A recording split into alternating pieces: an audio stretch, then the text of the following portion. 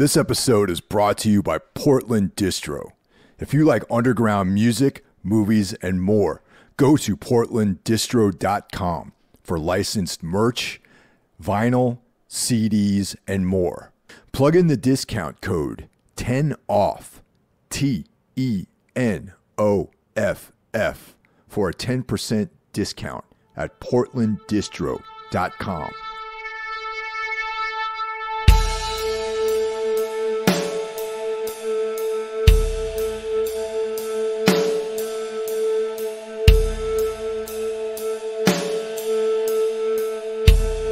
Hey everybody, I hope everyone's doing well. This week we're going to have an episode, or actually in this case 2 episodes, represented as From the Vault. Now normally I like to present everyone brand new content, however I had some family matters. Hey everybody, that I hope everyone's doing well.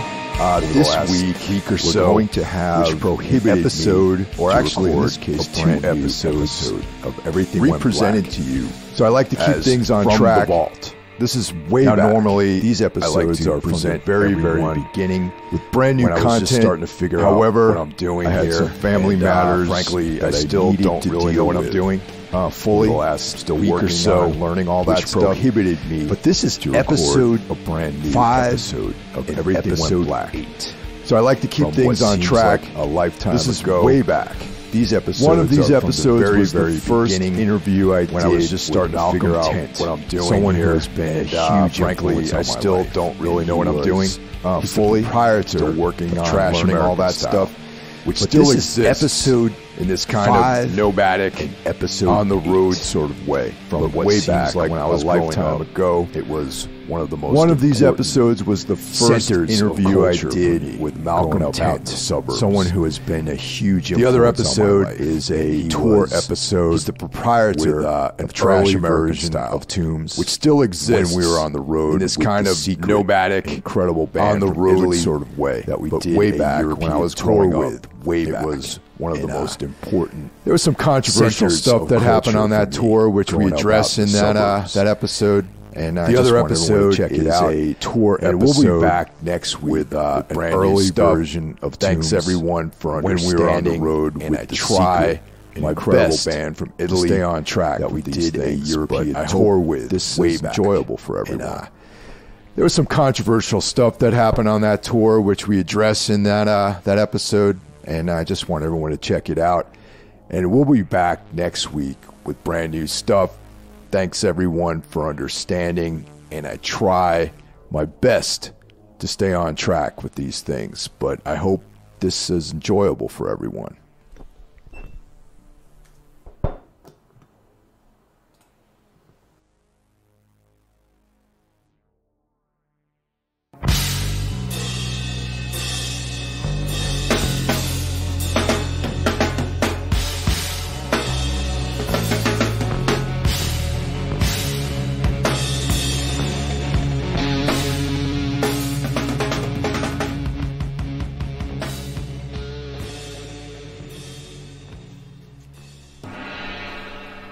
Once upon a time, before the internet, before downloading, there was a golden age when people bought all of their music at record stores. Oftentimes, these record stores became places where people would congregate, get turned on to new ideas, and just hang out. They became the nexus point for kids that may not have fit in. The weirdos, the malcontents. Trash American Style was one such store that existed first in Brookfield and later in Danbury, Connecticut. Malcolm and Kathy, the owners, are 2 of the most radical people I've ever known. I can't even begin to calculate how many hours and gallons of coffee I logged in, hanging out there, getting turned on to new music, talking to the cast of characters that worked there, discovering new bands. It opened me up to things I would have never been exposed to if I'd played it safe. I want to emphasize that the closing of Trash wasn't brought on by financial hardship, but instead by greed and deceit. Ultimately, it was the underhanded, cowardly methods of Minuteman Press, Trash's neighbor, coupled with the landlord's refusal to renew their lease that did them in.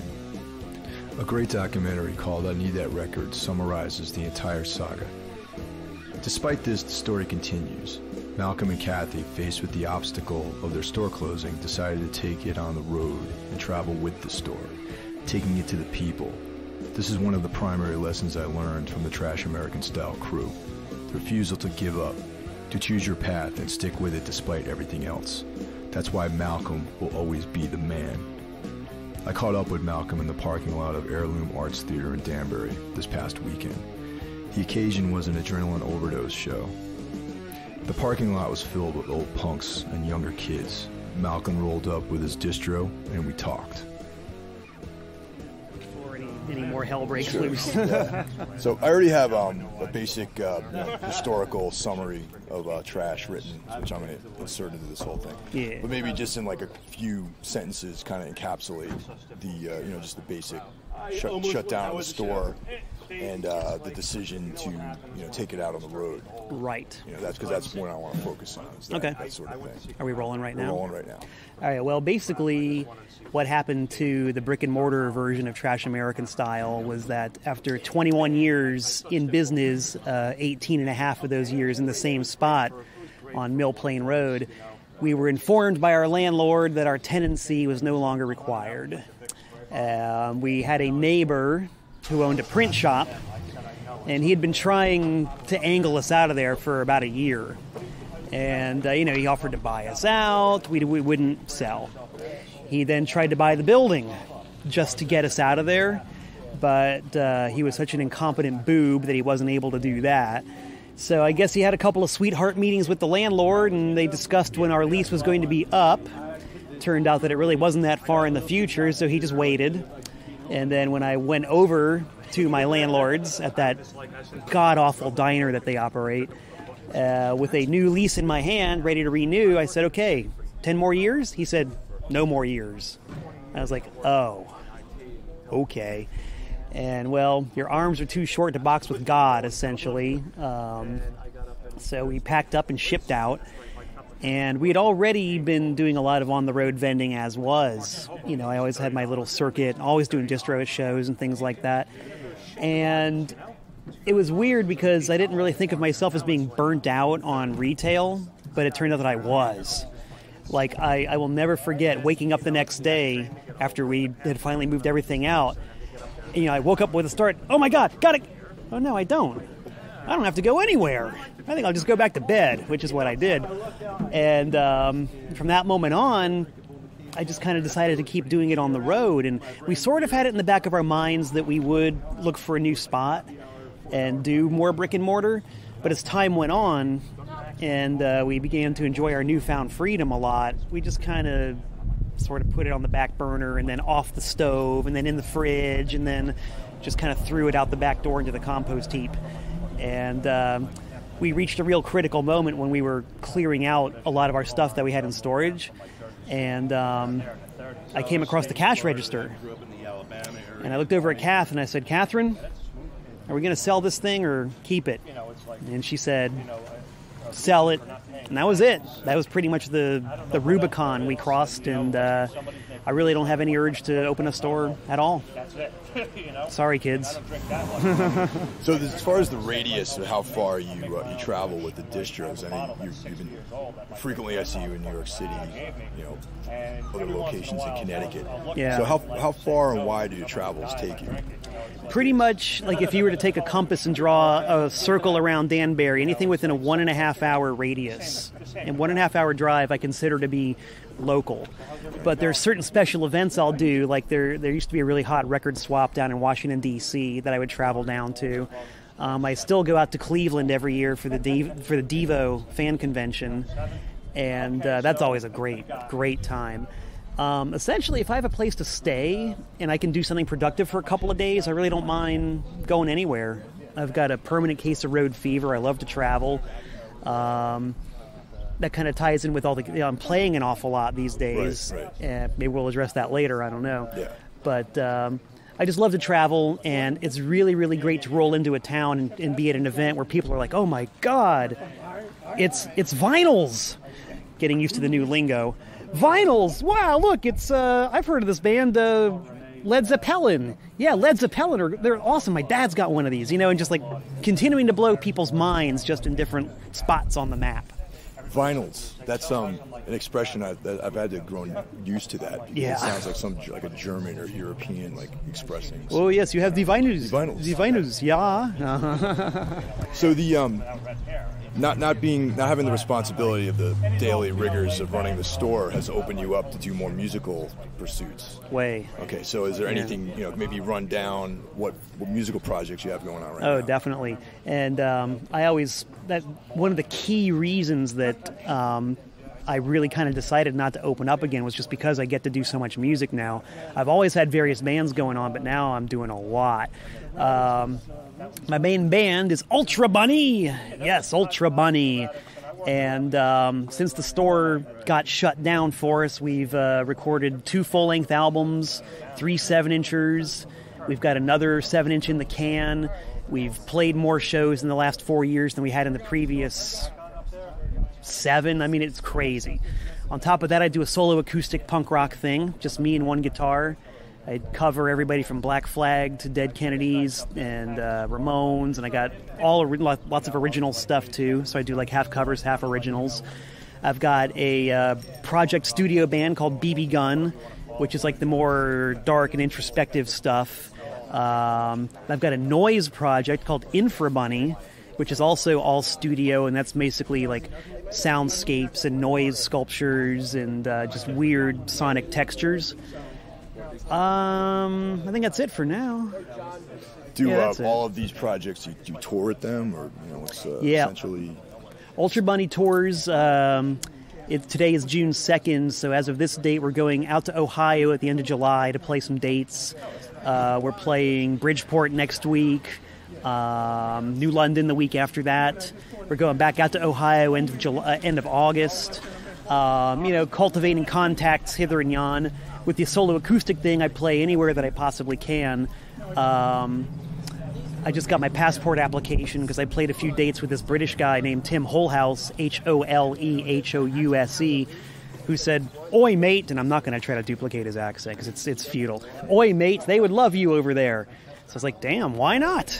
Why not? Passport application, take my guitar in a backpack and just go. I hope, fingers crossed, to do that before the end of the year. Oh, so there's some possible international travel looming ahead? Yeah. I've always wanted to do it, and I've never been able to do it. Now I'm able to do it.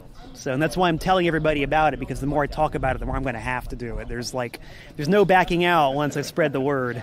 I think I have 1 or 2 listeners in Europe, so. Oh, cool. Maybe. Nice. Better watch out. So Trash American Style, as well as other record stores, provided more than just a place to buy records. Oh, yeah. And this is one of the key things that seem to be lacking, this community aspect of things. Yeah. Typically, these places were meeting places as Right. well as places of commerce. And Right. the meeting and exchanging of ideas was probably equally as crucial as the actual selling of the products. Oh, absolutely. Absolutely. So what do you think is filling this void now that a lot of these brick and mortar stores are closing? And as far as youth culture goes, do you see I see a void. Do you see anything filling that void? That's a tough one. I mean, I think a lot of it depends on where you are. I mean, Danbury, for example, has always been really fortunate that this town's always had something, whether it was us or the Heirloom or Molten Java over in Bethel. There's, they come and go. They're not always permanent, but there's always been something and somewhere that people could go. The internet obviously doesn't do it. That does not count. That is not a valid substitute for face-to-face interaction in the slightest bit. I'd have to say nothing, really. And I really feel, I know, it's sad, isn't it? I feel really bad for people. People can badmouth Danbury all they want, but here we are in the parking lot of this awesome venue, getting ready to see a really good show, and at least there's something happening. Go to Jersey Shore, Pennsylvania, and there's nothing happening. So I wish I could say that there was, but I don't think there is. And that's really the time when I feel really bad about not reopening, is the fact that I really do, I miss that community aspect of it. Because you never knew who would walk in the door. You never knew what was going to be on somebody's mind. You never knew who was going to meet each other. oh my God, I haven't seen you in years, you know, and, you know, that kind of thing. I really miss that. In an overall, like, societal sense, do you see the erosion of these sort of community meeting points as a decay in our overall culture? I think it's more like a pendulum, you know. It's like an ebb and a flow. There's always going to be down times and up times. You know, cycles. Things always move in cycles. I mean, this society's been in a state of perpetual decay for, you know, pick a year, pick a number. It's definitely a pack of dogs eating themselves, and it has been for quite a while. And it's always been this sort of underground thing that's kept, if there's been any sort of spark of life in this society, it's been here. You know, like what people like us and what we're doing musically and culturally and artistically, that has been the life of this society. And I've always maintained that anything good comes from the underground. It does not come from the top and trickle down. All you have to do is look at what is in the top 10 or top 40 and see who's prefab and who isn't, and you'll see who has artistic value and who doesn't. And in the top 10, there ain't much in the way of people who have come up from the underground. But, you know, you can look around and you'll see people who, you know, would have gotten beaten up 20 years ago for walking out in the street looking the way they do, but now it's completely accepted. That's the power of the underground and the ability to shape people's perceptions of fashion and art and culture. So screw society, man. Now, as far as downloading records and whatnot, and, you know, some people look at it as stealing, some people look at it as promotion for their band, yeah, you know, or getting people out to shows. Like, what are your thoughts on that? Well, I think it's really it's devolved. Let's say it's devolved into a really good means of promotion. The only people who are screaming about it being stealing are the major labels. And if anybody knows about stealing, it's the major labels. You know, talk about honor amongst thieves. Just speaking from my own personal experience as an artist, I find it damn near impossible to sell a CD at a gig. But people will come to my shows knowing my stuff because they might have seen a YouTube clip or, you know, gone to my website and downloaded a track or something. And to me, that's okay, you know, because yeah, it'd be nice to make the dough off the CDs, but the recognition is really, really cool. It makes it a lot easier to go to, you know, Bethesda, Maryland, for example, and have somebody there who knows who I am. Maybe two people, but my God, somebody knows who I am. It's incredible. So I think it's like a real shift now in how, if an artist is going to try to be self-sustaining, I think it's really shifting towards live performance and more away from product, you know, unless you reach a certain level, which I know I'm not at yet, where people really just want to buy your stuff because they're that much of a fan and they'll plunk down the bread for a record or a CD. I think you really have to work to get up to that point. Well, one of the, as far as talking about the live performance and being able to perform live and delivering the goods in that setting, you know, the master of that, James Brown. Yeah. You know, like, if you want to eat, you have to work. Right. So would you say that this sort of downloading culture is like forcing artists to work on their live performance as opposed to just being able to provide a slick recording or some sort of production? Again, it's kind of hard to say. I think it depends on what the artist's work ethic is to begin with. I mean, you can get a lot of mileage out of being a mysterious hermit. You know, look at someone like Cat Power or Brian Wilson or Bonnie Prince Billy. You know, there's this whole mystique, and then you can go to the opposite direction of road dogs. You know, someone like Twisted Sister, who'll play anywhere at any time, or Cheap Trick, or myself for that matter, who just are willing to hit that stage and just have it. You know, maybe there's a lot more spectacle. You look at Lady Gaga and like what she does. I don't know if she does that strictly to keep the bread, you know, the butter on her bread, but she certainly does put butts in the seats. And I think the spectacle doesn't hurt. I don't know, I think a lot of it just has to do with innate charisma. Like either you got it or you don't.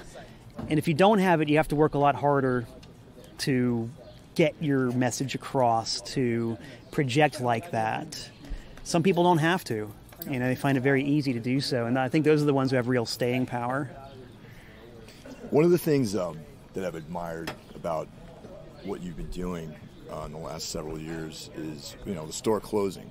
That could be a crucial blow to a lot of people, and a lot of store owners have gotten jobs at, whatever, Trader Joe's, Target, giving up their dream to do what they want to do. Right.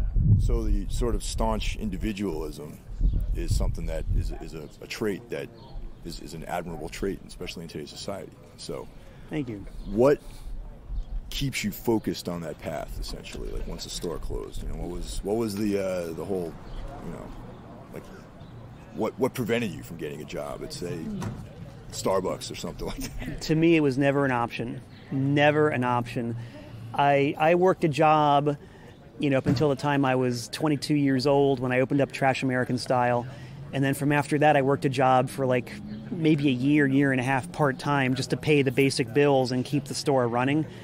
And I will never forget my last day on the job was at, I don't even remember what, it was some stupid drugstore. I used to be an inventory taker, a little calculator on my hip and counting the beans.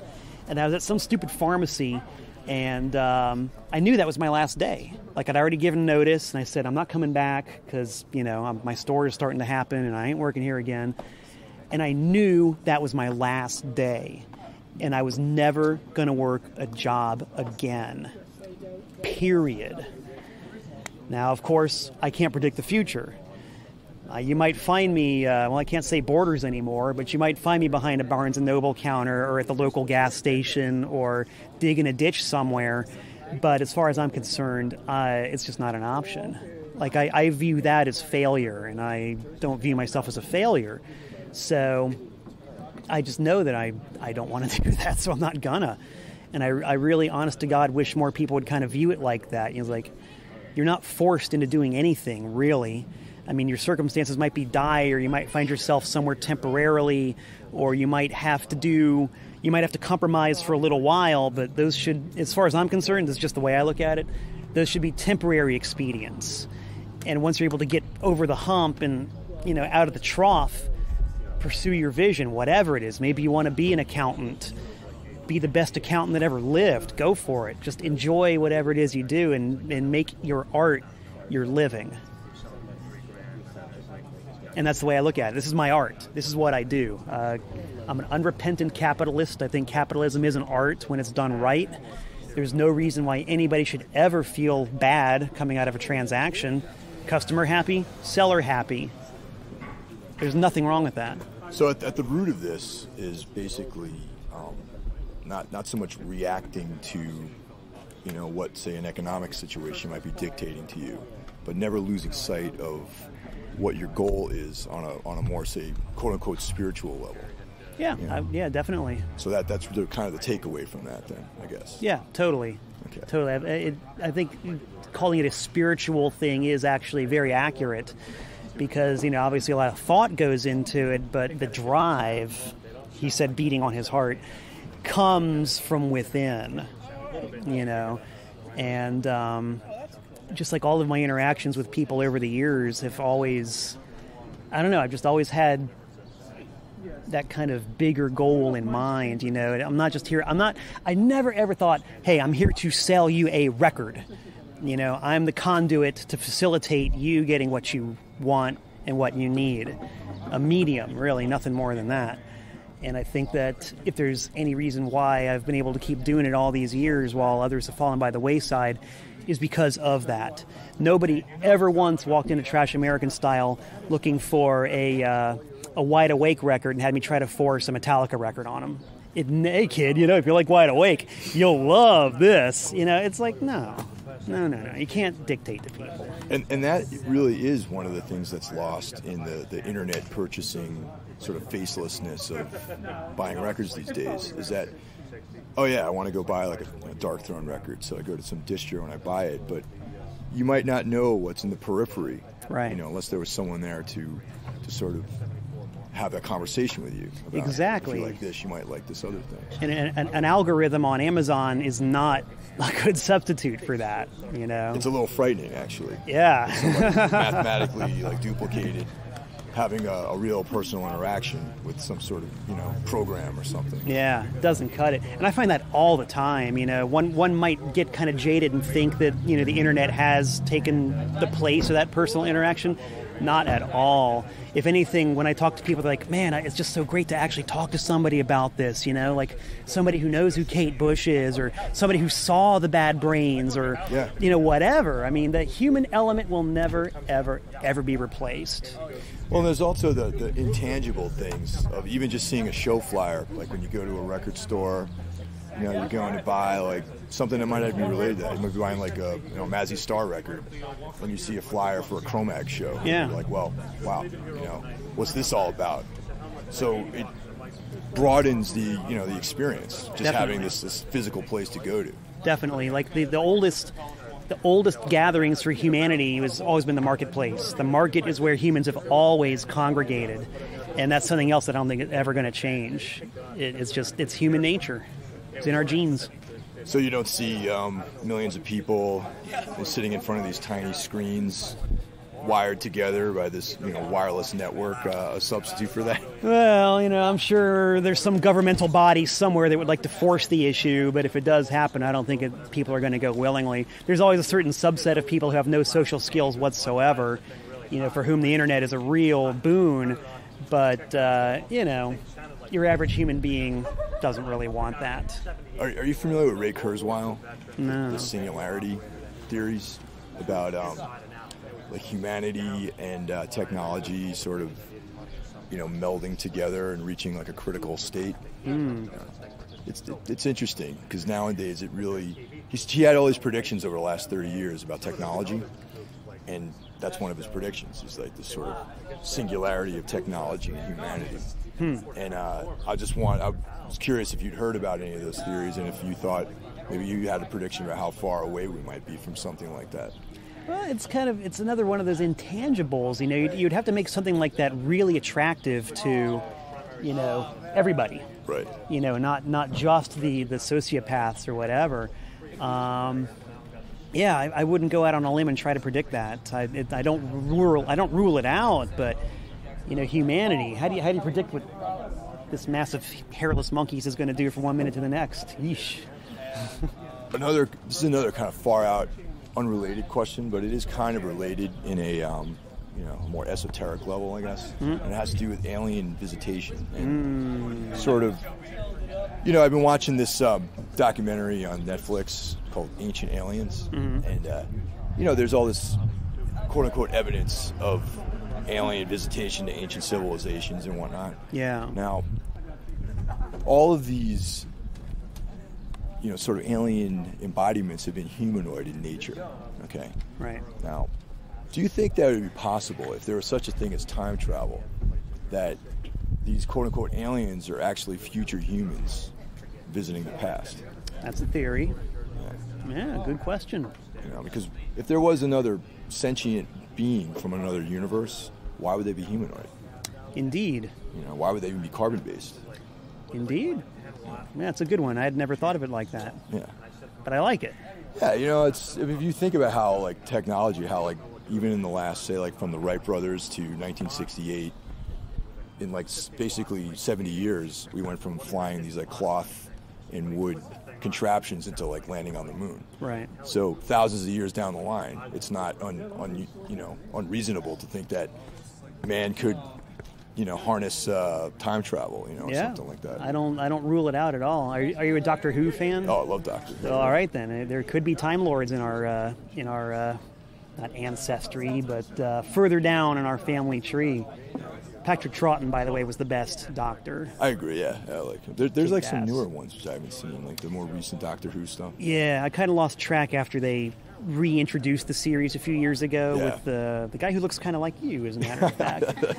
And I thought that was a pretty good series, but after that, my guitarist loves Doctor Who. Like, really started a Doctor Who discussion group and all that, and he actually he linked me to a website that had a complete history of Dalek props. And they see, this was the Mach 7 body with a Mach 1 head. And if you look at the back of it in this frame, you can see where the helmet was dented. That occurred in episode 6 of I was like, and it's just page after page after page of Daleks and what they were made of. I mean, I'm not that far gone, luckily. So essentially, that's it. Do you have any like final words or sort of advice for our sort of lost generation, I guess? People, Well, if you're lost, what's going on, dude? They open doors yet for like A&M? Not yet. I think 6:30 is the actual time. So you have to drink more Cokes. Well, first of all, don't drink Coca-Cola. Pure poison. Choose your mutations carefully, because everything you do is a mutation. You change yourself no matter what you do. So you have to choose those mutations very carefully. Take your time. It's never too late. It might seem like it is, but it's not. Be more than a witness. I always have to quote the immortal Al Flipside. Be more than a witness. And just find whatever your vision is, whatever your art is, and be prepared to bleed for it. And that's all I got to say. Cool. Oh, one more thing. Have you seen that Reality 86 thing posted? Yeah, I just saw that, actually. Yeah, that was amazing, It was pretty cool, yeah. I was last time I ever saw Flag was on that tour. And up in Poughkeepsie or out in... No, when I lived down south, I saw him in Miami Beach. Right. South Beach, as a matter of fact, before it was South Beach, And that was the night after the skinheads beat up Ratman. It was pretty grim, actually. Henry had broken his hand punching one of them out, and everybody was in kind of a down mood. And they all stayed at my ex-girlfriend's apartment building, which used to be my apartment building, which ended up being Versace's mansion later. And it was just like the Mongol horde descending upon this beautiful, beautiful old replica of Christopher Columbus's mansion. And Henry slept in the truck in an alley in the back. They stayed over, ate all the food, and left. No goodbyes, no nothing. Just in and out and gone. What a way to run a ship, man. Tight. Actually, when I think of trash American style, I often think of Black Flag, SST, and Charles Manson. Oh, yeah. Those are like the three biggest things for me I got out of going to the shop. Wow. Most of the SST catalog, discovering bands like Slovenly and Sacred Trust, in addition to all the normal stuff like Husker Du, Black Flag, Minutemen. Right, right. And also the exquisite collection of Charles Manson material that you had. Yeah. To this day, I do Garbage Dump as part of my solo acoustic set. And it's really funny. It doesn't matter where I am or what kind of an audience it is. All I have to do is say, this song's by Charles Manson. And people just they react immediately, and suddenly they're very much all ears. And some people think it's really funny. Some people, I haven't really had anybody object to it, but I've seen people kind of like, ew, gross. But people usually like it. I think it's hilarious. It's a good song. I know that much. Yeah. Have you seen the Jim Van Beber film, The Manson Family? No. I have to hook you up with that somehow. It's a very exhaustively researched Charles Manson pseudo documentary, and it's I don't know if you're familiar with Jim Van Beber, the filmmaker. No. He's not a household name by any means. He's one of the things I'm attracted to his work is that it's completely independently financed, and it's all produced by him and his friends, essentially. Even the actors are like non-actors. Yet he's able to get some of the best performances out of non-actors that rival, people you see that are trained, quote-unquote, actors. Right, right. And he's done a bunch of shorts. He's done a couple of feature films, but by far, his life achievement to me was this 10-year process it took for him to make this Manson film. And I think 2005 it had a screening, like a theatrical release, but it's available on DVD. And it's a pretty well researched representation of the whole lead up to the Tate LaBianca murders and all the characters and all this other stuff. So if you get a chance to check it out, it's definitely... Yeah, I'd love to see it. The name's easy enough to remember, so that's cool. Yeah.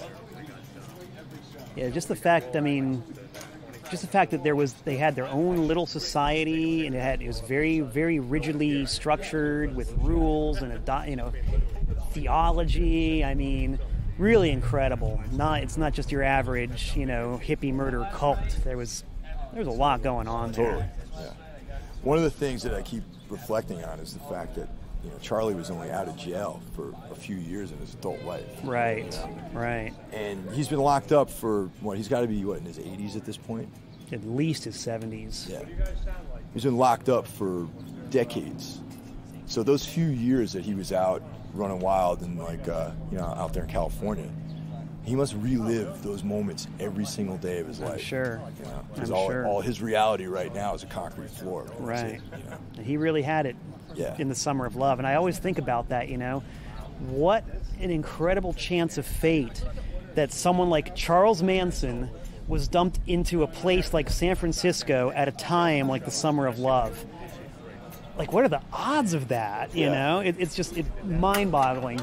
And the way I introduce Garbage Dump when I play it is like, what if this song had come out as a single during the Summer of Love? What if?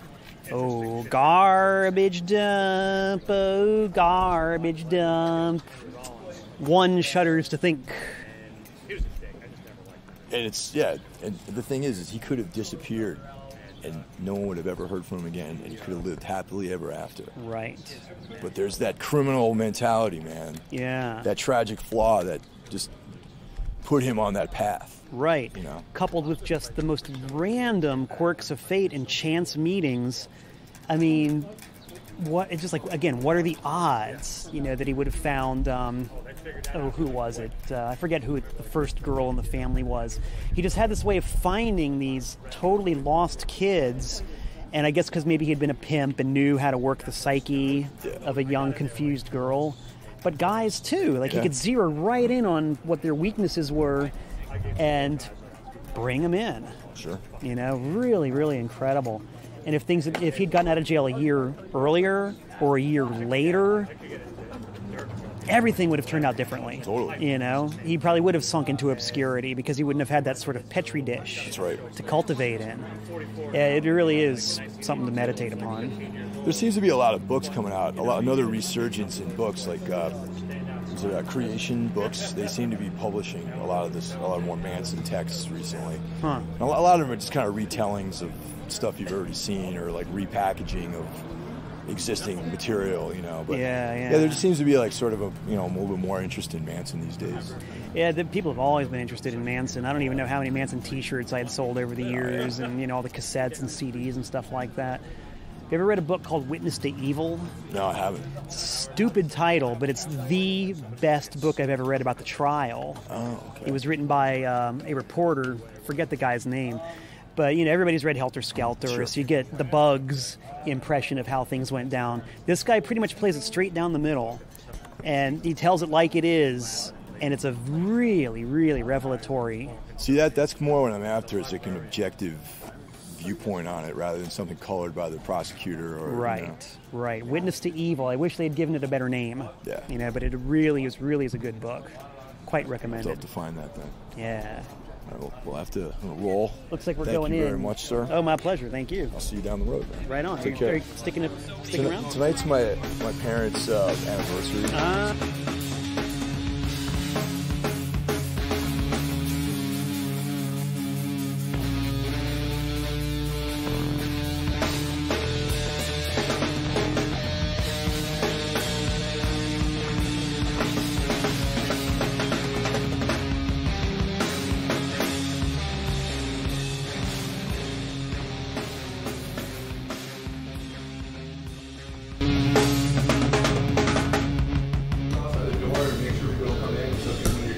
Yeah, I'll let you know. Cool. Thanks, Andrew. He's gonna be like security. He's like fucking ripping it up. Gah! He's like, get the fuck out of here! You could add some credibility to the German. Sure, man. Metti in off tutto, telefonerò. Dai che dente. All right. Everything Went Black podcast coming from Cork, Ireland. So we're about halfway through with this tour. I got Michael from The Secret, I got Carson from Tombs, and you got me, Mike Hill, also in Tombs. So we're about halfway done with the tour. So how's things been going so far? Is everything going well? Anyone? Yeah, it's going great actually. Like, we're really enjoying the tour right now, and it's cool to be in Ireland. We're here for the first time, and we're drinking beers with friends, with brothers. So That's right. it's cool. Right on. So the thing that's been killing me, man, is the issue of Nuremberg and your alleged neo-fascist ties. So I guess it all comes down to some photograph that there exists a photograph of you wearing a Burzum T-shirt. Exactly. So you want to explain exactly what happened with the show in Nuremberg? It's all Carson's fault. Technically, it's all my fault, because when Marco came to visit the States, he came to my apartment in New York, and I had washed a Burzum shirt and I shrank it, and since he's fairly smaller than me, I figured, it's a good gift, You like Burzum? What the hell? Great gift. I appreciate it. Yeah. And so technically it's my fault, because it was my shirt, which is ironic, seeing as the promoter was going to let Tombs play the show, but not The Secret, even though, we should have let him know that it was mine, so we could have gotten wrapped up in the controversy. Yeah. Well, we keep our neo-fascist views submerged, so I don't think they have, we're under the radar until they listen to this podcast. That is. So was this a press photo or a live photo? No, what was it was the a photo? live photo. It was a live photo with me wearing a Burzum shirt, and that's it. We just received an email from Marco Avocado that was taking care of the tour. And he said, okay guys, I just received this email from the promoter from Nuremberg. Yeah. And he said that he already booked the show, and after that he saw the picture and said, okay, I don't want The Secret anymore because of this picture, but Tombs can play. It galls me. It makes absolutely no sense whatsoever to be that reactionary. It's when you go so far left, you go right, and you end up being a fascist yourself by telling people that they can't wear certain things, they can't listen to certain things. That people, it's like not trusting people's intelligence and assuming that they're not able to make a distinction between an artist and the person behind the art. You know what I mean? There's a very clear distinction a lot of times. You don't have to agree with every writer that you read. They're personal views, I mean, it's even worse in my opinion because, I try to get back to the promoter, explaining that we're clearly an anti-fascist band. You can just read our lyrics or Google any of our interviews, and we're claiming pretty much everywhere that we're not a right-wing band, or we're not even close to being a right-wing band. So I don't know, it's just stupid for me that someone don't want to even listen to what you have to say. They're just cutting you out because of fucking t-shirt. And when you sent them an email, they did not respond to that? No, not at all. Okay, Never. so they just had already made up their minds in the matter that you guys were fascists and they didn't want you to play the show, and they didn't even get back to you. They gave no explanation. They basically only said that they don't want to book any band that support Burzum, like a neo-fascist or anything like that. Well, the real irony is that Burzum's music, in and of itself, though Varg has neo-fascist ideas and racist ideas, the music itself isn't necessarily promoting any sort of fascist dogma or anything. And there's no even the imagery on his records. There's no fascist imagery. It's nothing. Naturalistic, actually, most of it. But the problem is that Germany definitely bears a burden from the 20th century of what happened in World War II. Which, and I think even more ironic is the fact that from you not being able to play the show, or both of our bands not being able to play the show, with your family history and my family history, my grandfather fought and was nearly killed in Italy fighting against Germans, you know what I mean? He literally fought them with bullets and his body, and for us, it's like we have the right to be able to assume the difference between, or rather, the distinction between art and the artist and the views, and you can dissemble those things. You don't necessarily have to be by association. Be assumed that you're a fascist because you read some fucking Kafka or something. It's like make this fucking connection somehow. Or you read Nietzsche, or you listen to Beethoven, or Wagner. Yeah. I mean, where is the line really in like where what sort of art you can embrace before somebody deems you a fascist? Well, I asked the kid that gave the interview with you. Do you remember his name? That's a negative. Well, when we were in Munich, the kid that interviewed you, I was talking to him, and I was like, yeah, it's pretty. He seemed like a reasonable person. I was like, yeah, it's crazy about that shirt. And he's like, well, it doesn't seem like the best way to promote your band. I was like, wait a second. You're telling me that an Italian guy in his own country or in a different country can't wear a shirt live because he's going to fear that people in Germany are going to react a certain way? That's some fucking insane shit right there, man. Yeah, especially since like your grandfather spent like time in a camp, concentration camp. Yeah. Well, it's like, Marco, your background, you're from Eastern Europe originally. Like your family's from Eastern Europe. Like my family, all my relatives are from ex-Yugoslavia. Like actually it's Croatia, but it was Austria, it was Italy. Like it's a troubled area. Yeah, totally. And very troubled history. Yeah, and during the Second World War, my grandfather from my father's side was imprisoned in a concentration camp in Germany, like in I think it was Buchenwald and Dachau, I think. Yeah, Dachau's outside of Munich.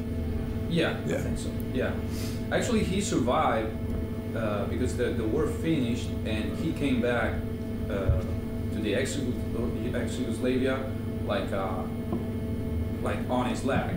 So he survived the war, but he died like right after, like for pneumonia or stuff like that. Right. I never know him, but it's crazy that someone tell me something like, okay, you're promoting fascism or stuff like that, and I like my history is like this, Yeah. So I can accept it, And the real irony, for lack of a better term, is that they didn't even respond to your email.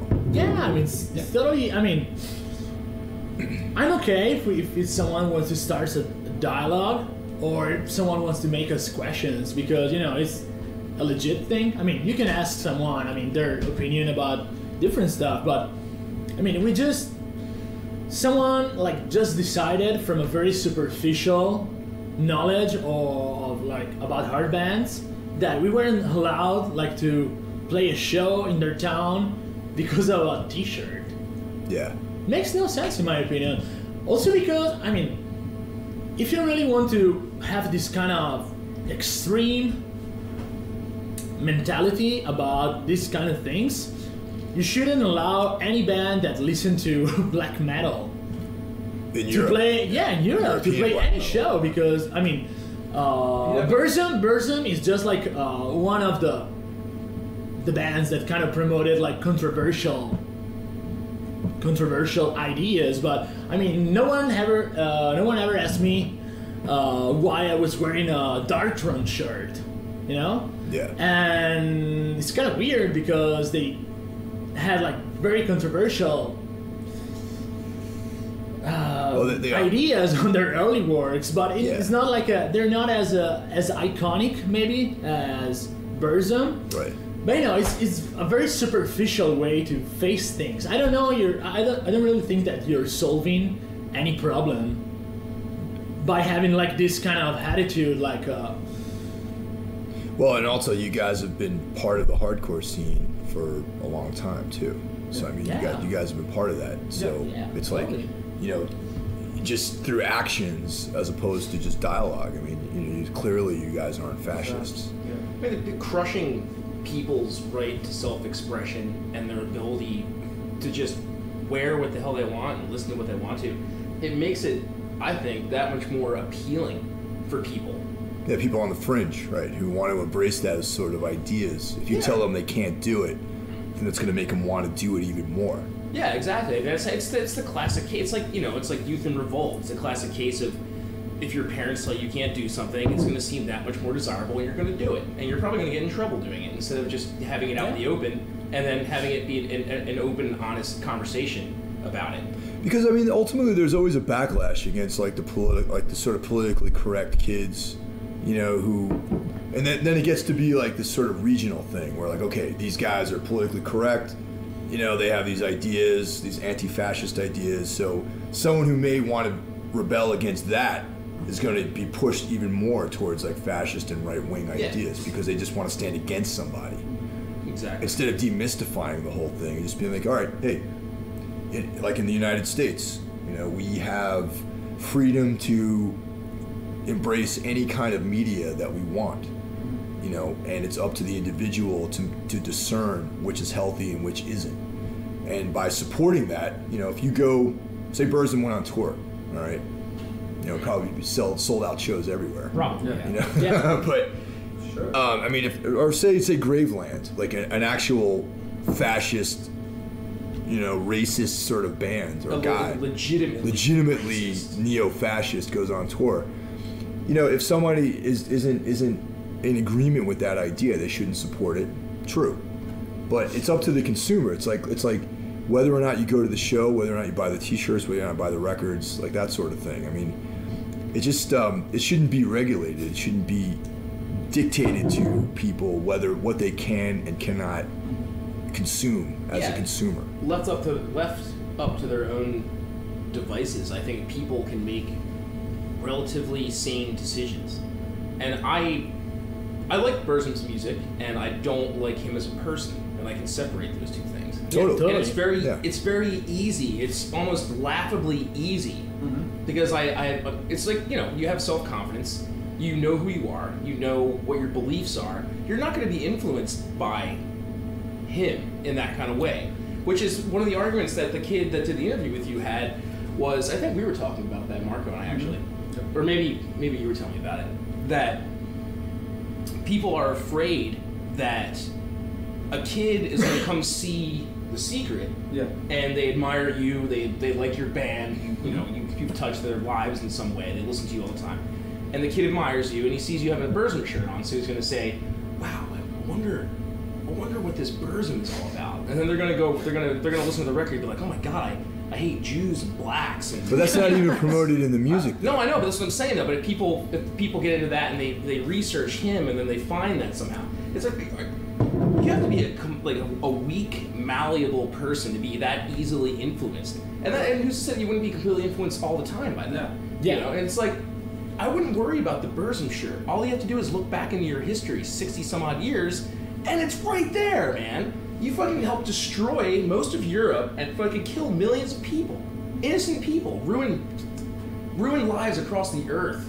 It's like you're worried about a fucking T-shirt, man. It's a fucking T-shirt by people whose family you threw in a camp. It doesn't make any fucking sense to me, man. That's the real irony right there. It's crazy, and there are, like you were saying before, are legitimate fascist movements in Germany. Exactly. Legitimately, they could be focusing their energy on that instead of a fucking hardcore metal band wearing a goddamn T-shirt. It's like they just want to be seen as the type of people that are responding. They're on the forefront. Well, also it's safe in some ways to single out Marco and The Secret because they operate within the hardcore scene, the metal scene, the underground scene, and they know that you're not fascist. Like on some level, like I cannot believe for a single second that someone in Nuremberg, this guy who did the show or didn't do the show, would believe at all that you guys are fascists. So he knows that it's like, this sort of like school patrol, like hall police, hall monitor situation where clearly you guys aren't fascists, so he's not laying anything on the line by confronting you on this topic. However, if you were to confront any one of the actual neo-fascist bands out there, he might have a different situation to deal with. Yeah. He might actually have to step up and, throw down, get physical with these guys, or do something more extreme than just send you an email and not entertain any conversation on it. Mm-hmm. So I mean, it's an easy out for him. It's an easy out for him to wear his badge of political correctness and victimize you guys and victimize us because we weren't able to play in Nuremberg, and instead we played in Marburg, Germany. It's like a last minute show with a teenage rap metal band. Yeah. German rap metal band. Yeah. But I mean, it was a last minute show, man, and we had, we suffered up from it. Got people who clearly aren't fascists, I mean, Tombs is from the U.S., so we're there's a sort of bottom line we have to maintain every night. Yeah. To make this thing make sense. Yeah. I mean, we're on a really tight margin. So because of this guy's ignorance, we are, I mean, we're doing okay, but it made our lives harder, Yeah. Not you guys. You guys are cool with us, man. We're behind you.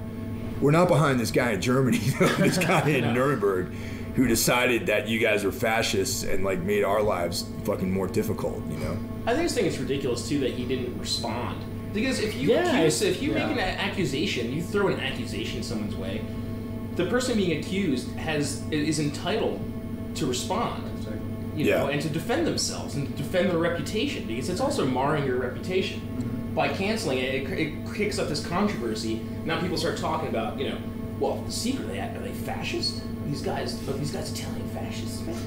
Are they fucking racist? Yeah. I really can't believe they've been so superficial about it. Mm-hmm. I mean, it's a kind of it's a very hard it's something very heavy, saying that someone is connected to. Well, the other thing too, it's that's exactly that's exactly correct, because once you make an accusation like that, it's sort of potentially could stay with you. Say, oh, those guys are racists, those guys are fascists. It's that might be something that stays with you and isn't true.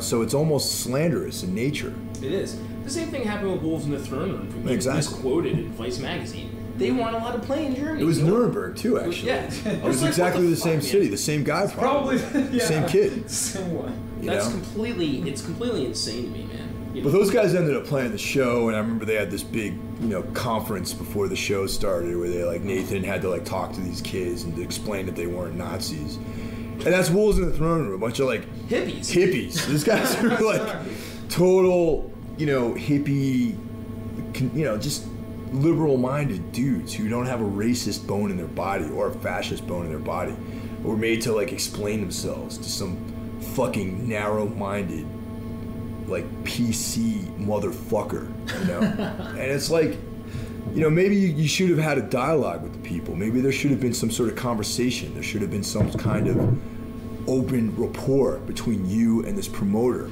and the whole thing could have been quelled and could have been settled before it came down to something like this. And I mean, I totally acknowledge the fact that Germany has a heavy burden that they carry because of what they did in World War II, what was allowed to happen in their country. But nonetheless, we're from the USA, and you guys are from Italy. Yeah. We don't have the same burden that they do. I mean, the US doesn't, They just have to, it's just keep it in the open. I mean, I remember the first time I went to Germany, I was sitting at 18, and I remember you can't get Mein Kampf anywhere. I mean, you can't get it anywhere. Not that people should, but it exists, and it's valuable to their history to understand why what happened. And I think that they ban all that stuff. It's completely illegal.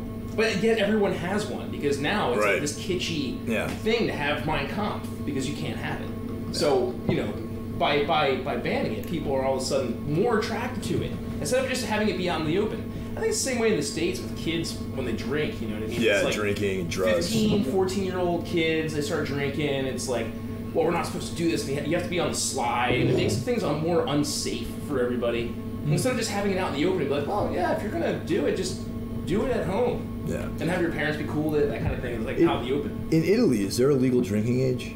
16, I think. Yeah. See, that's, Technically, I don't even know what it is in the People, States. kids start 21. drinking before 16. Yeah. Actually, like I started drinking like I don't know, 13, 14. I think. you're kind of raised with it. Culturally, Yeah, I it's mean, not. It's like yeah. having a glass of wine at dinner is not Yeah. a weird thing. If you're, I think Yeah, I I mean- smoked my first cigarette when I was like 13. Probably. what I think about it's totally common. what about drugs like in Italy? I mean, you guys have like strict marijuana laws and things Yeah, like we that. have pretty strict laws about like pretty much every kind of drug.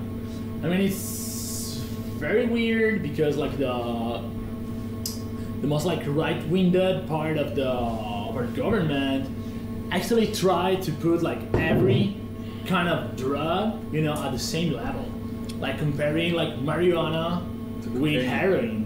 Yeah. Yeah, that's ludicrous.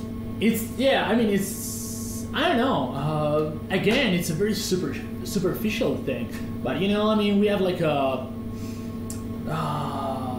Italy is a very hypocrite country. You know, I think that probably everybody says the same about their own country, but you know, I mean,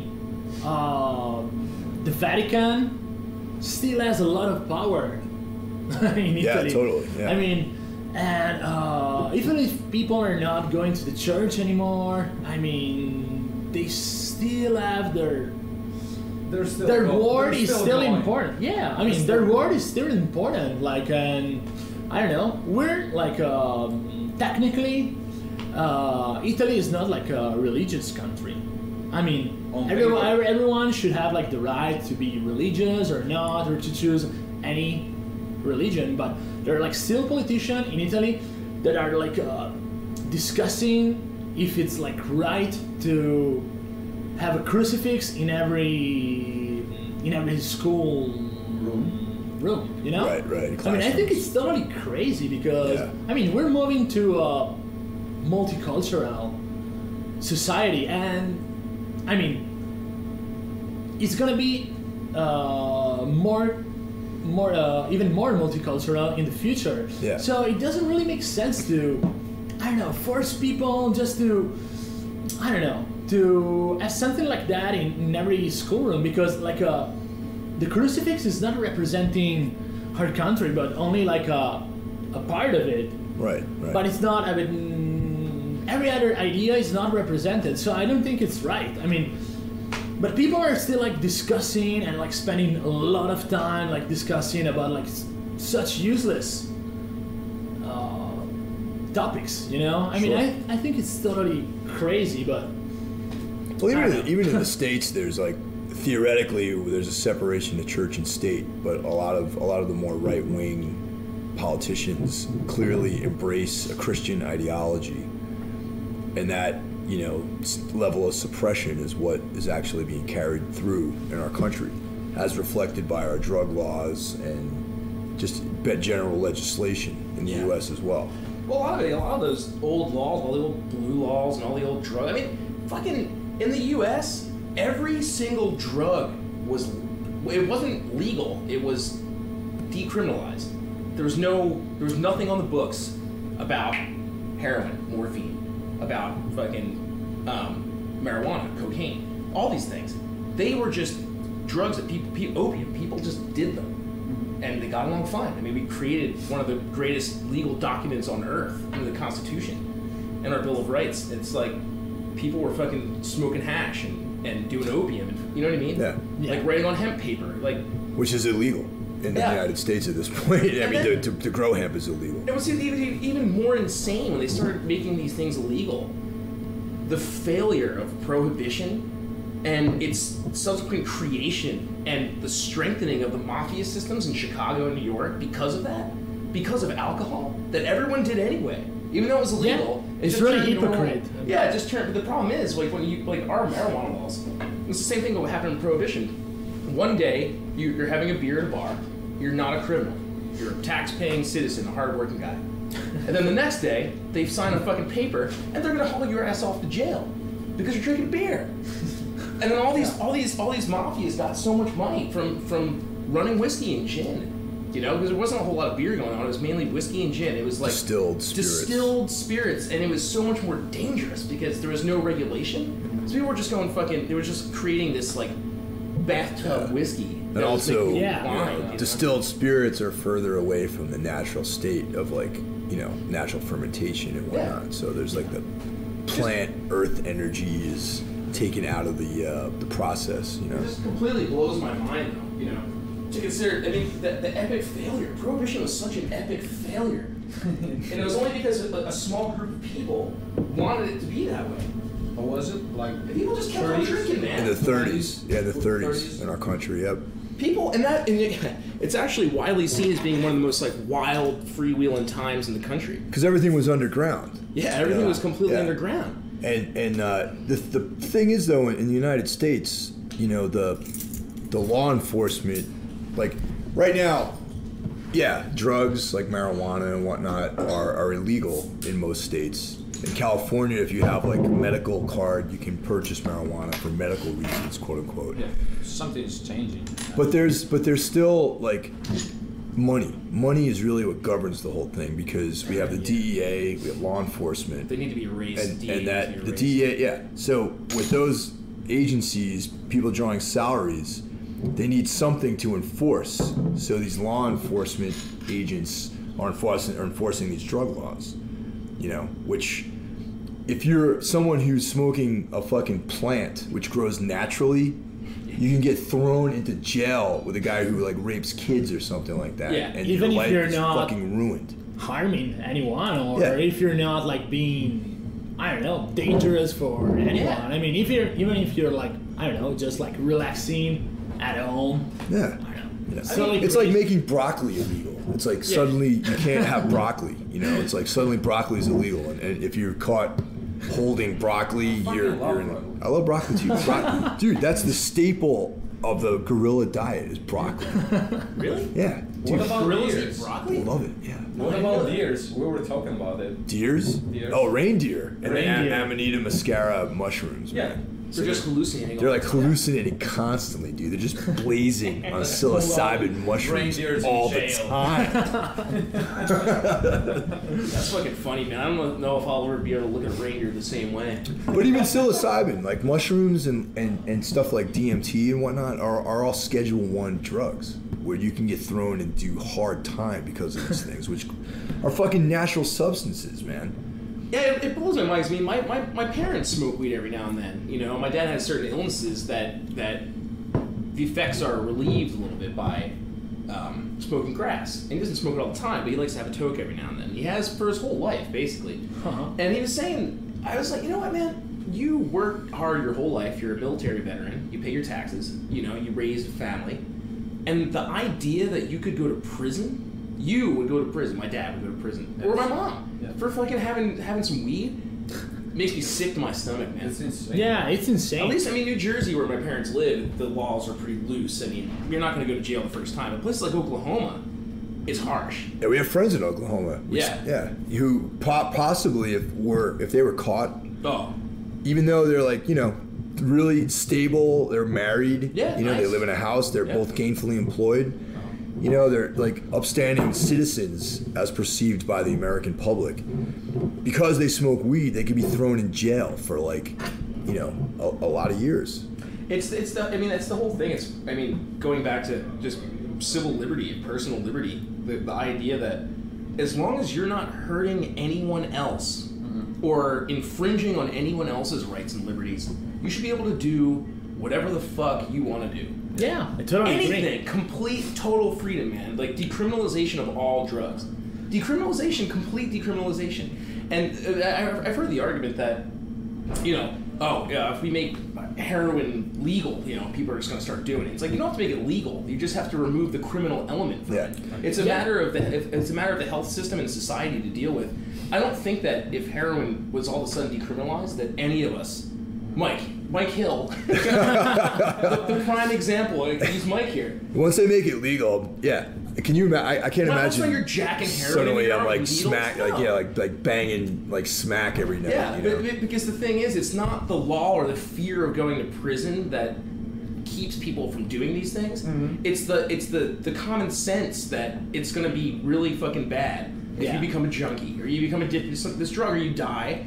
You know, you don't need a government to tell you with legislature that this is a bad thing. I don't think you need that, man. You know. What is totally crazy about this whole situation, in my opinion, is that using the kind of attitude that governments try to have, like to fight drugs, hasn't been useful at all. For anyone. I mean, it doesn't mean like a good thing. No. I mean, the war against like drugs has been lost. I mean, there are like more drugs users now than, I don't know, 50 years ago. It actually creates more violence. Yeah. It furthermore, creates a completely horrendous system that exists in Mexico, south of our border.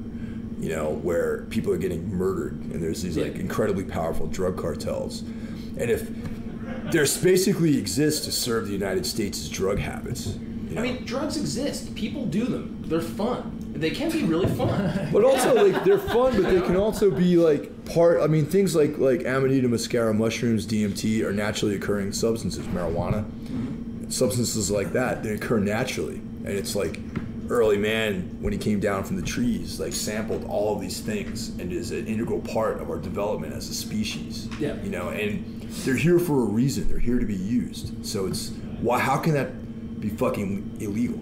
Even like coca leaf, I mean, without being refined into, you know, in industrial situations, industrial factory situations, like exists in Colombia and different parts of South and Latin America. The coca leaf grows all over the place, and people, it's a mild stimulant, so people just chew on it all the time. And it's just like a buzz, like a coffee buzz all day, you know.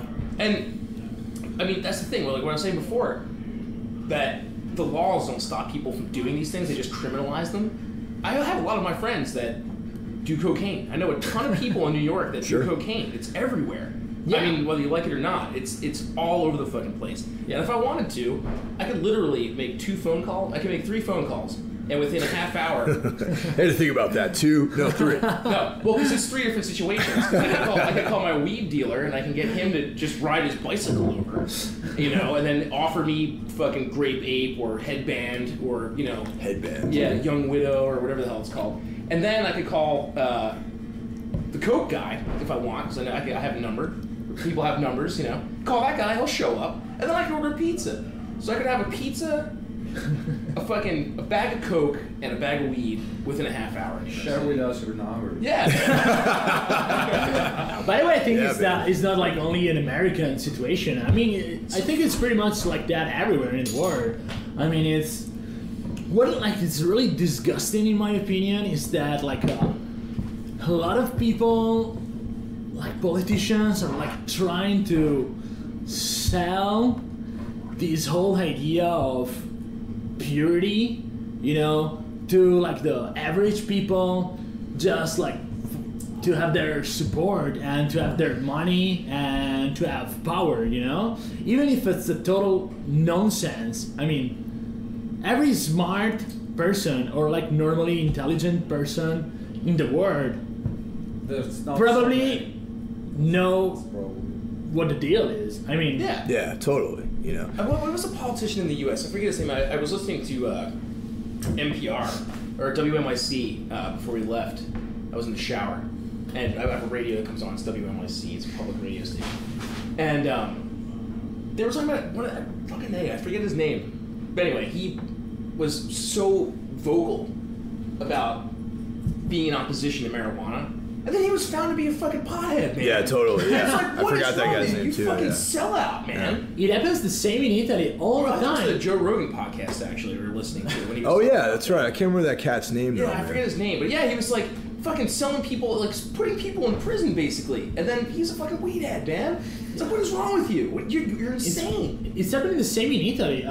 Hypocrites. I mean, more than one politician got imprisoned by like the same law he voted for. I mean, it's totally it's nonsense, but I mean, it's crazy. It happened. I mean, That's the same thing with like, you know, like gay politicians that are like, you know, no gay marriage and all this stuff. Then all of a sudden they come out of the closet and it's like. But it's always what the something fuck is wrong really with you, man? sketchy, though. It's always like, it's not like he the had guy's. a call boy or something like that. It's not like the dude's like gay and has like a partner or is like He's into forced like out. hanging out. He's like doing some sketchy like glory hole activity in like a rest area somewhere. And someone took a photo of him on their phone, you know, like getting a head in a park or getting a like hand that. job or something. Yeah, like by that. some fucking rent boy. It's or some dude comes forward as like the masseuse, you know, who like visited him at his like, you know, at his hotel room while he was like, you know, in some conference or something like that. It's never the guy's never engaged in like a healthy relationship with another man. It's always some sketchy like underbelly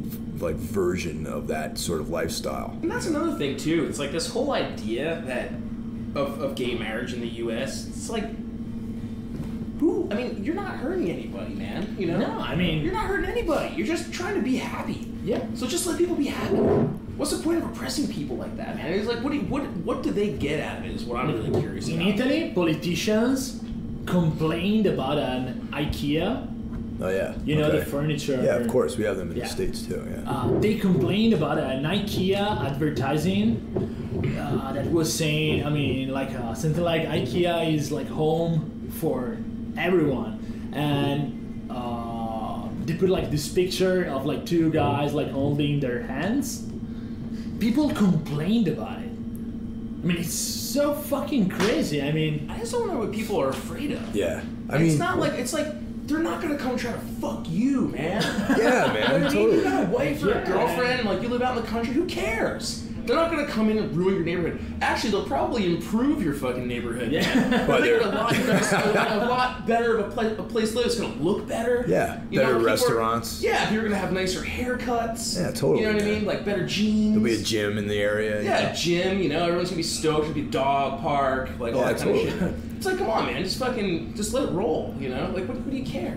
And who the fuck is the government to stand in the way of someone being happy, man? I mean, it's like if two guys want to get together and blow each other, that's fucking, and they're happy, Let them do it. let them do it, dude. Let them fucking You know? do it, man. You The know? alternative is like worse, to like keeping it under wraps and suppressing all those feelings and like. I mean, there's being no alone. benefit like for No, like you're just oppressing like I don't know, like people loving each other. I mean, You crush people's spirits, man. You turn everyday normal citizens into these lecherous animals. You know, they reduce them to that, and there's no point in doing that.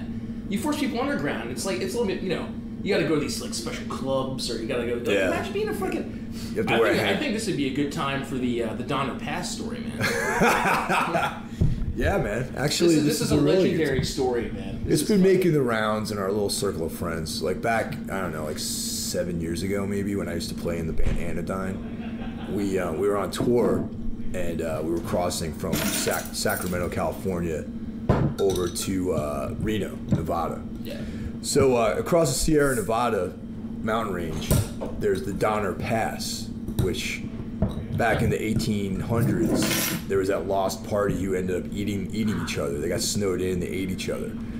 So we're traveling, and like everyone has to take a piss, and you know, yeah, you want to. You having a hard time with that? All right, cool. It's already open. It was already open, dude. yeah, it's getting like harder in an hour to open the beers. Yeah. So we're driving on this whatever highway that is. It goes across Donner Pass, and all right, cheers. Cheers, man. So we see a sign, the Donner Pass rest area, and we were like, yeah, man, Donner Pass, like motherfuckers like cannibalized each other. Let's take a piss here. So we pull into the rest area, and Josh Scott, who plays bass in the awesome band Castavet and Defeatist, who was back then playing bass in Anodyne, he's the first guy to go into the rest area, and I'm following him. He goes in, and he comes out, and he's like, dude, don't go in there. Don't go in there. It's like, he couldn't even get out what the deal was. So I'm like, fuck it, I gotta piss. So I went in there. I'm standing in front of the urinal. There's one urinal and a stall and this like fluorescent light that was flickering. And I'll never forget this like weird blue-gray, like pallid tone that was in the room. So I go up to the urinal, pull out my dick, I'm taking a piss, and there's this writing this like message scrawled on the wall right at eyesight, and it's like, for fabulous head, tap your foot twice or turn right and show hard. So I'm reading this. It's like, I'll be here between 6 p.m. and 9 p.m. on whatever particular date it was. And I looked at my watch, and I'm like, oh wow, it's 7:30. And I'm like, whatever date. I'm like, oh yeah, that's today. I'm like, holy shit. So I look to the right, and I see this hole in the wall of the stall, and there's a fucking eye looking back at me. Oh, watch it, man.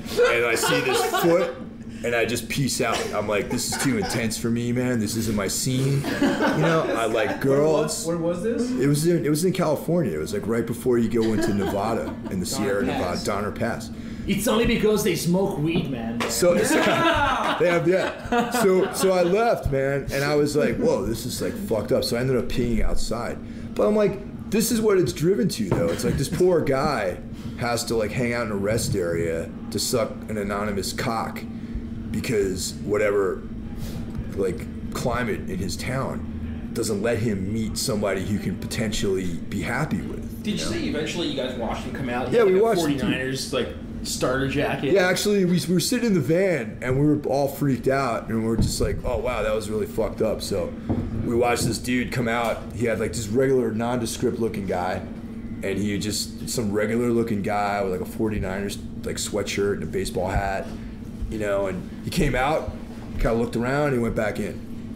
So that dude is like was in that rest area for like 3 hours, like waiting for some guy to show up so he can suck his cock. You know, and like, yeah, it's it's funny and everything. It's a funny story, but it's like I really, as the years go by, it's not even that funny. It's not really that funny, but it's like as the years go by, I think about that. I'm like, everyone struggles with happiness, man, and everyone struggles to find someone in their life that they can care about and love and feel comfortable with. And this poor guy doesn't have the opportunity to do that because people look down on homosexuality in our country. And it's like, how many people just like feel really guilty for this, like commit suicide or stuff like that, especially in Italy, like in the south of Italy. It's like one of those things that you, like the family can accept, I think, like this. Yeah, I mean, if you're homosexual in southern Italy, you're gonna be cast out of everything. Yeah. It's crazy because, I don't know, in regions like Sicily, the only way to offend people is basically to call them homosexuals. Yeah. If you read all their jokes, mafia, you're respected. Oh God, yeah. And you're murderers. If you're gay, it's like. I mean, I don't want to generalize because obviously there are like good people everywhere, but we have such anti-homosexual culture in Italy. I mean, we're a related country. Like, guys want to be fucking machos, Yeah.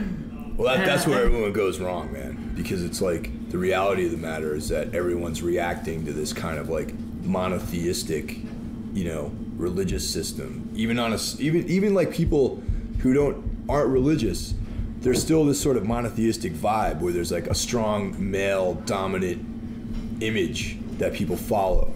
There's like a total suppression of like female energy in like all societies, it seems. So there's this like domination, like male trip being put forth as like a desirable, loner guy. Like I don't, self-reliant. But I mean, the bottom line is like there's men and women, and like there's a male and a female. Even if that's embodied in one person, it's like that balance is not put into effect in the way our societies see things, And that's why there's all these problems. That's why people aren't allowed to be gay. The word cocksucker. Yeah. Right? That's like a fucking, that's like an insult to somebody, right? Yeah. But let me tell you what, man. I've been on tour. I don't know how long is this tour? A year we've been on this fucking tour? It seems like... Feels like it. A cocksucker is like... Getting your cock sucked is like one of the fucking nicest things you can do to somebody, honestly, dude. So it's like, how is that fucking negative? It's like one of the nicest things you can do for somebody. It's one of the nicest things. Yeah. It's like, do you think after getting your cock sucked, you're gonna be like, You're gonna say thank you. You're like, that was fucking awesome, man. I appreciate that. Appreciate you didn't have that, to man. do that, but you did, and that was great for me. But somehow it's being viewed as like this sort of like, you know, like domination scene, you know, or like some sort of trip where like, you know, you're a little bit less than the other person, and I don't buy into that, man. You know. Yeah, I don't buy into that either, man. It's ridiculous. We should wrap it up, maybe.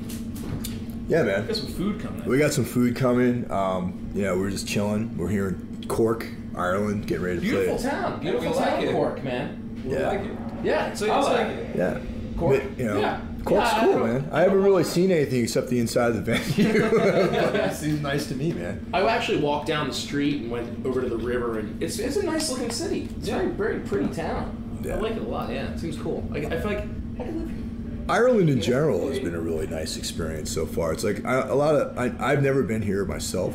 This is my first trip to Ireland. I think I don't know. Have you guys been here before, Marco? Never? Never. First time. Yeah, it's been pretty cool, man. People are great. People are really friendly. Super friendly, really accommodating. I'm actually surprised that you can get a really good cup of coffee in Ireland, because in the UK you cannot, which is where we're going back to tomorrow. Where we're playing Southampton. Southampton. So yeah, we're back on the intense travel scenario starting tonight, actually. Yeah, it seems like we've been doing nothing but incredibly intense traveling the whole time. A lot of ferries. Eight boats on this trip. Eight boats. I feel like a sailor. I had vertigo the other night, man. I was totally, yeah. Look at this guy with his anchor tattoo I on was his fucked chest. up. I was trying to do merch when we were in Belfast, and I felt like I was still on a boat. My head was moving. Yeah, like. Yeah, it sucked. Yeah. Yeah. I hate it. Well, I can smell the food, and it's time to wrap this thing up. Also, I think doors are opening soon, Yeah. and so yeah, maybe we'll reconvene at some point in the future. But yeah, man, thanks for hanging out. Good time. Later.